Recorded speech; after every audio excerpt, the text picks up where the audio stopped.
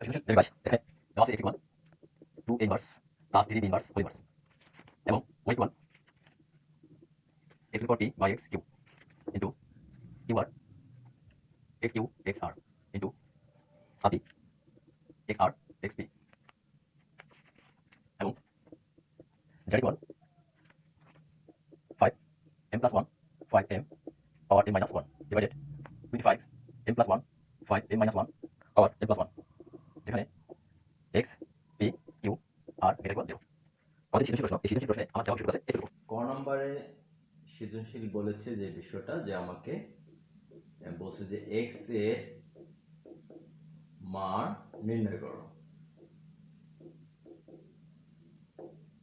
x এর মানটা আমাকে বের করতে বলছে। x ইকুয়াল কি দেওয়া আছে?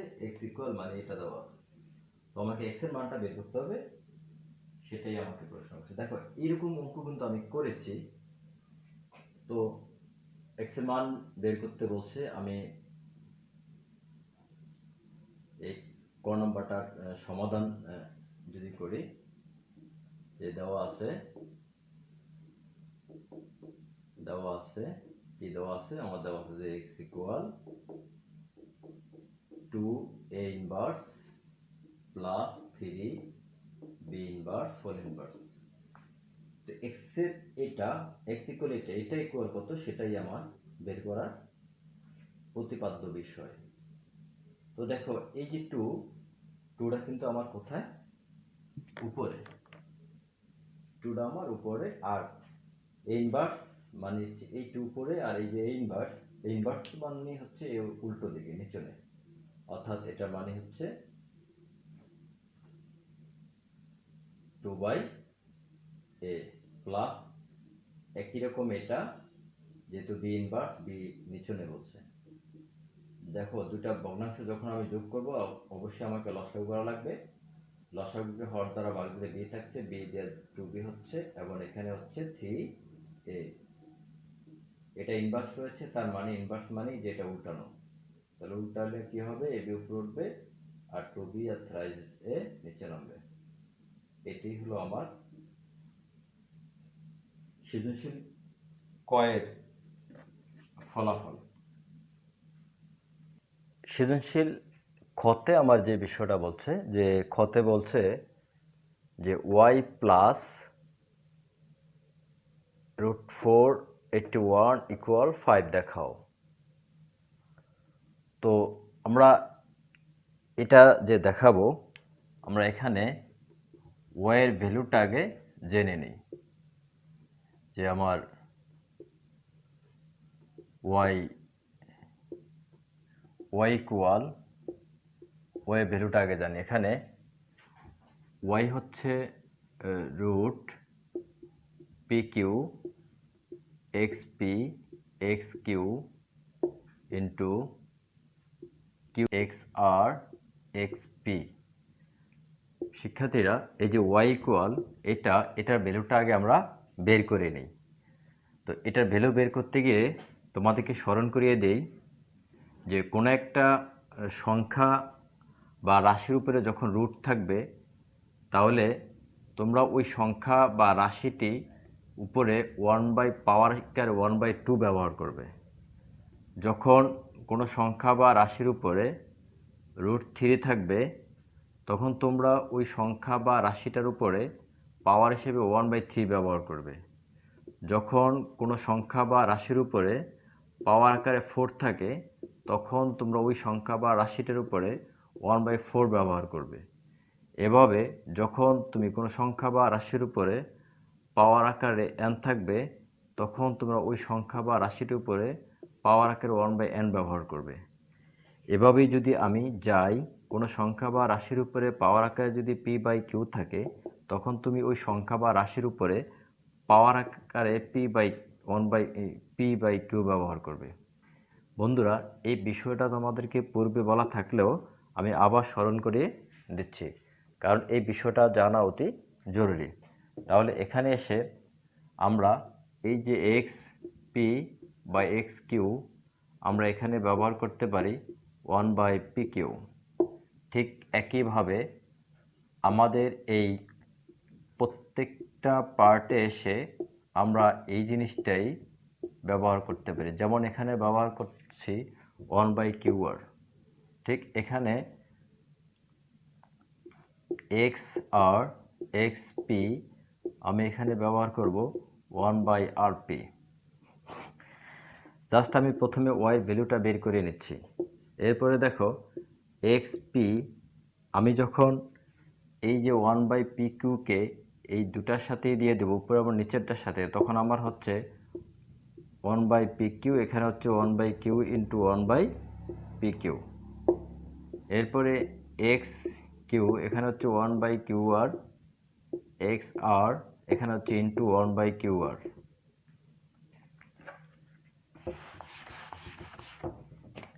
এরপরে ইন্টু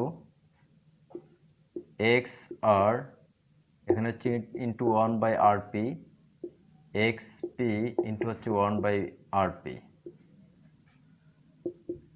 এর পরের লাইন আমরা যখন পি কাটবো এবং কিউ কিউ কাটবো তখন আমাদের থাকছে এক্স 1/কিউ, এক্স 1/পি ইন্টু যখন কিউ কিউ যাবে এবং আর এ যাবে তখন আমার হবে এক্স 1/আর, এক্স 1/কিউ ইন্টু এক্স আর আর যখন ভ্যানিশ হচ্ছে তখন 1/পি, এক্স পিপি যখন ভ্যানিশ হচ্ছে 1/আর। আমরা এখানে দেখতে পাচ্ছি যে এক্স টু দি পাওয়ার 1/কিউ, এক্স টু দি পাওয়ার 1/কিউ, এক্স টু দি পাওয়ার 1/পি, এক্স টু দি পাওয়ার 1/পি, এক্স টু দি পাওয়ার 1/আর, এক্স টু দি পাওয়ার 1/আর। বন্ধুরা আমরা এখান থেকে পাচ্ছি 1। আমরা এখানে ওয়াই এর যে ভ্যালু আমরা বের করার কথা বলছি, ওয়াই এর ভ্যালু পেয়েছি আমরা 1। এরপরে যে বিষয়টা দেখাতে বলছে আমাদেরকে যে লেফট সাইডে রয়েছে ওয়াই প্লাস √481। এখন এই ওয়াই এর ভ্যালু আমরা জানি 1 প্লাস এটা ভ্যালুটা দেখো এখানে লেখা আছে 81, আমি যখন 3 দিয়ে দিব তখন আমার হচ্ছে 27, যখন আমি 3 দিয়ে দিব তখন আমার হচ্ছে 9, যখন আমি 3 দিয়ে দিব তখন হচ্ছে 3। যেহেতু এখানে আমার একটা 4 দেওয়া আছে তাহলে এখানে যে একই রকম যে তিনটা জিনিস, এই চারটার বিনিময়ে আমি নিব একটা, অর্থাৎ একই রকম 3 কয়টা হচ্ছে 4টা, 1 2 3 4। এখানে যেহেতু 4 তার মানে হচ্ছে তোমার 4টা কেটে একটা নিবা, অর্থাৎ 4টার বিনিময়ে একটা। 2 যদি 4টা থাকতো তাহলে 2 একটা নিতা, 3 যেহেতু 4টা রয়েছে 3 একটা নিব, তাহলে আমার এখানে হচ্ছে 3। বন্ধুরা রাইট সাইডে তাহলে আমরা পেলাম 1 + 3 = 4। আমাদের এখানে প্রমাণ করতে বলা হচ্ছে 5। আই থিঙ্ক দ্যাট যে এই প্রবলেমটা ভুল রয়েছে, কারণ এখানে এটার মান 1 হচ্ছে, এখানে 3 হচ্ছে, তার মানে আমার 4 হচ্ছে, আমার রাইট সাইড হচ্ছে না। তাহলে আমার এই জিনিসটা রং, আমার এখানে অবশ্য 5 না হয়ে আমার এখানে 4 হওয়া উচিত ছিল। তো সেক্ষেত্রে আমি লিখতে পারতাম রাইট সাইড। সুতরাং লেফট সাইড সমান রাইট সাইড আমরা দেখিয়ে দিতে পারতাম, দেখানো হলো। বন্ধুরা গতে আমার বলা হয়েছে যে ওয়াই ডিভাইডেড জেড ইকুয়াল 25, এটা আমাকে দেখাতে হবে। গতেও দেখাতে হবে যে ওয়াইকে জেড দ্বারা ভাগ দিলে আমার কত হবে, 25 হবে। তাহলে এখানে দেখো আমরা খ হতে পাই কি পেয়েছি আমরা, ওয়াই সমান সমান আমরা এখন আমাকে জেডের ভ্যালুটা বের করতে হবে। জেডের ভ্যালু বের করে তারপর আমি এখানে ভাগ দেব। এখানে জেড সমান আমাদের দেওয়া রয়েছে 5m+1, ঠিক এরকম একটা অঙ্ক 3 দিয়ে করা হয়েছিল তোমাদের, ডিভাইডেড 25m+1 5m-1 m+1। আমি তাহলে এখানে প্রথমে জেডের ভ্যালুটা বের করব। দেখো এই যে এখানে 5m+1 এখানে এটাই থাকছে, আর এই যে এখানে 5 দেখো পাওয়ার আকার এখানে m এটার সাথে গুণ রয়েছে, তাহলে আমার এখানে হচ্ছে m² - m ডিভাইডেড এখানে 25 কিন্তু যৌগিক, 25কে যখন আমি এভাবে করতে পারি, 5 স্কোয়ার মানে 25। তারপরে এখানে দেখো আমরা এই দুইটা যখন গুণ দিব আমরা পাবো এম স্কোয়ার মাইনাস 1 স্কোয়ার। 1-এর উপরে স্কোয়ার দেওয়ার আর প্রয়োজন রইল না। তাহলে এখানে দেখো আমরা পেলাম 5m প্লাস 1, আর এখানে পেলাম 5m স্কোয়ার মাইনাস m ভাগ এখানে পেলাম 5 2m এর সাথে টোয়াইস m প্লাস 2, এখানে পেলাম 5m স্কোয়ার মাইনাস 1। বন্ধুরা, এখান থেকে আমি অঙ্কটা বিভিন্নভাবেই করতে পারি। আমি যদি বলি একসাথে করব সেটাও করতে পারি, আমি যদি বলি ভিন্ন ভিন্নভাবে করব আমি সেটাও করতে পারি। যেমন এই যে 5, এই 5 তুমি এভাবে কমন নিতে পারো, আবার 5 এভাবেও কমন নিতে পারো। আমি আগের অঙ্কটা ঠিক কীভাবে করছি জানি না। ধরো আমি এটা উপরেরটা ভিন্ন নিচেরটা ভিন্নভাবে করি, যে আমি এই 5 এর এই দুইটা 5 থেকে একটা 5 নিলাম, এরপর থাকলো m প্লাস 1, আর এটা যেহেতু ভাগ তাহলে আমার হচ্ছে বিয়োগ, এখানে হচ্ছে টোয়াইস m মাইনাস 2। নিচে আমি এই 5 থেকে যখন কমন নেব একটা নিলাম, এরপর আমার থাকলো m স্কোয়ার মাইনাস m, এটা যেহেতু ভাগ তাহলে আমার হচ্ছে বিয়োগ m স্কোয়ার প্লাস 1। এরপরের ক্যালকুলেশন 5, দেখো আমার একটা m মাইনাস 2টা m, তাহলে আমার হচ্ছে কি যে মাইনাস m, আর এখানে রয়েছে প্লাস 1 মাইনাস 2, তার মানে মাইনাস 1। নিচে যখন আমরা আসি আমার এখানে হচ্ছে m স্কোয়ার বেনিশ হচ্ছে, অর্থাৎ আমার হচ্ছে মাইনাস m আর প্লাস 1।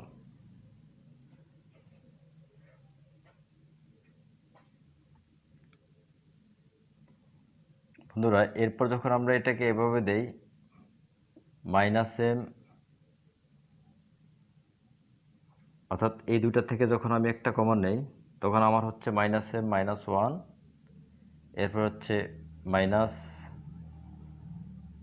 প্লাস m হয়ে যাচ্ছে, আবার মাইনাস 1 হচ্ছে। এখান থেকে আমার হচ্ছে 5 m আমার বেনিশ হচ্ছে, অর্থাৎ মাইনাস 2 হচ্ছে। মাইনাস 2 মানি হচ্ছে 1/25। বন্ধুরা, এই অঙ্কটা আমি আমার ইচ্ছে হতো এভাবে গেছি, তোমরা যদি চাও এটাকে ভিন্নভাবে যেতে পারো। তো অঙ্কটা যদি আমি এখান থেকে যদি আবার একটু, তুমি যদি ইচ্ছে করো যে আমার 5m plus 1 5m square minus m, আমি এটাকে গুণ দিয়ে উল্টে দেব, তুমি দিতে পারো 5 টোয়াইস m প্লাস 2। এখন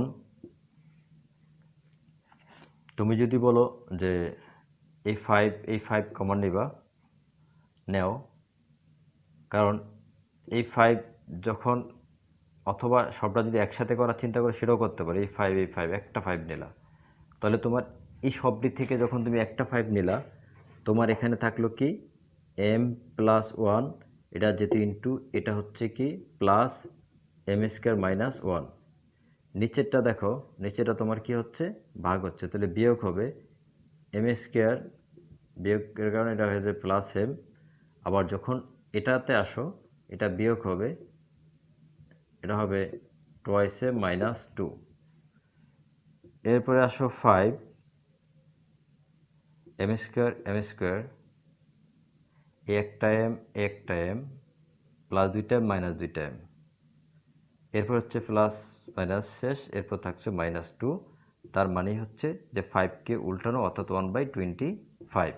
বন্ধুরা, এভাবেও আমরা আসতে পারি। তুমি যদি বলো এভাবে নয়, আমি এভাবে আসব, এভাবেও তোমরা আসতে পারো।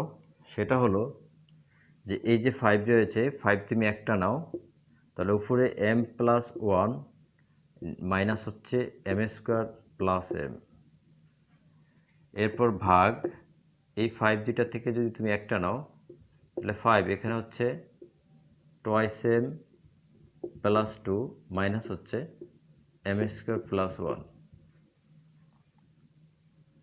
বন্ধুরা এরপর রইল 5 এম তুমি এখানে টোয়াইস এম ব্যবহার করতে পারো মাইনাস এম স্কোয়ার প্লাস 1 ভাগ 5 এখানে রয়েছে টোয়াইস এম এখানে minus M square plus 2 plus 1 তার মানে হচ্ছে প্লাস 3।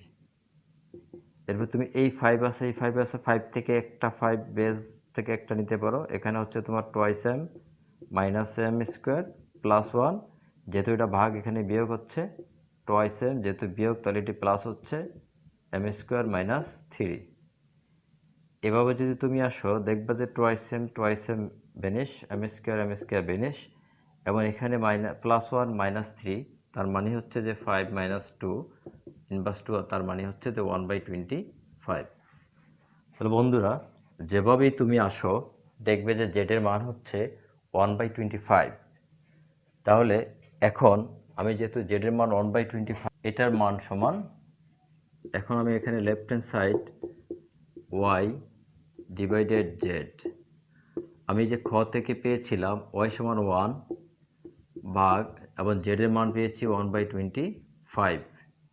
বন্ধুরা দেখো তো ভাগকে যখন আমি গুণ দিব এই 25 উল্টে গেল সো আমার এখানে হলো যে 25 তার মানে হচ্ছে যে আমরা রাইট সাইডে যে 25 ছিল সেটা পেয়ে গেলাম। সুতরাং লেফট হ্যান্ড সাইড সমান রাইট হ্যান্ড সাইড অর্থাৎ আমি যদি আরেকটু লিখতে চাই যে অর্থাৎ যে ওয়াই ভাগ জেড ইকুয়াল 25 এটা দেখানো হলো। বন্ধুরা আজকের এই ক্লাস দিয়ে আমার সূচক শেষ হয়ে গেল। প্রিয় শিক্ষার্থী ভাই বোনেরা ও শ্রদ্ধেয় অভিভাবক, আমার যে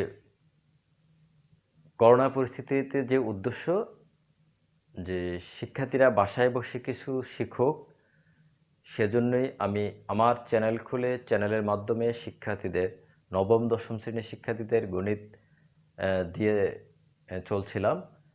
শুরু করেছিলাম সূচক দিয়েই প্রথমে, কারণ সূচক এমন একটা বিষয় যেটার সাথে গুণ ভাগ অনেক বিষয়ের সম্পর্ক রয়েছে। তো আমি আজকের এই যে আমার টেক্সট বুকের যে সৃজনশীল প্রশ্ন এই সৃজনশীল প্রশ্নর শেষের মাধ্যমেই আমি সূচক শেষ করেছি। তবে শেষ করেও শেষ করলাম না, আমি সূচকের যে বেসিক বলো তোমার টেক্সট বুকের যে প্রবলেম বলো বা কোন কোন বিষয়ে তোমাদের মনে রাখা জরুরি বা তোমাদের মনে রাখতে হবে বা কোন কোন কথাগুলো আমি বারবার তোমাদেরকে বলেছি এই সব বিষয়গুলোর উপরেই আমি তোমাদেরকে একটু বাজাতে চাই। বাজালে কি টন টন শব্দ হয় না ঠাস ঠাস শব্দ হয়? আমি সেই বাজান বলতেই যে আমি তোমাদেরকে প্রশ্ন করতে চাই, তোমাদেরকে কিছু জিজ্ঞাসা করতে চাই। আমি তোমাদের জন্য যেটা তৈরি করেছি, আমি তোমাদেরকে যেটা শেখাতে চেয়েছি, আমি তোমাদেরকে যেটা বোঝাতে চেয়েছি সেটা বোঝাতে পেরেছি কিনা আমি একটু বুঝতে চাই। আর বুঝতে চাওয়ার মানেই হচ্ছে যে আমি নেক্সট একটা ইউটিউবে হোক অথবা আমার ফেসবুক পেজে হোক যেভাবেই হোক আমি তোমাদের জন্য কিছু প্রশ্ন ছুড়ে দেব। আর সেই প্রশ্নগুলোর সলিউশন যারা সঠিকভাবে দিতে পারবে, প্রশ্নগুলোর অ্যান্সার যারা সঠিকভাবে দিতে পারবে, সঠিক অ্যান্সারদাতাদের মধ্য থেকে আমি 3 জনকে আমার তরফ থেকে তোমাদের জন্য থাকবে ক্ষুদ্রতম উপহার সামগ্রী। তো বন্ধুরা প্রস্তুতি নেবে এবং নজর রাখবে গণিতের আকাশে যে আমি পরবর্তী ক্লাসে অর্থাৎ পরবর্তী ইউটিউবে আমি তোমাদের জন্য কোন কোন প্রশ্নগুলো দাঁড় করিয়ে দিচ্ছি। হ্যাঁ বন্ধুরা, তো সেই অপেক্ষায় তোমরা থাকো, ভালো থাকো, সুস্থ থাকো, নিরাপদে থাকো। আমার চ্যানেল থেকে তোমাদের জন্য রইল প্রীতি ও শুভেচ্ছা, অভিনন্দন ও ভালোবাসা। ভালো থাকো তোমরা সবাই। আজকের মতো এখানেই শেষ। আল্লাহ হাফেজ।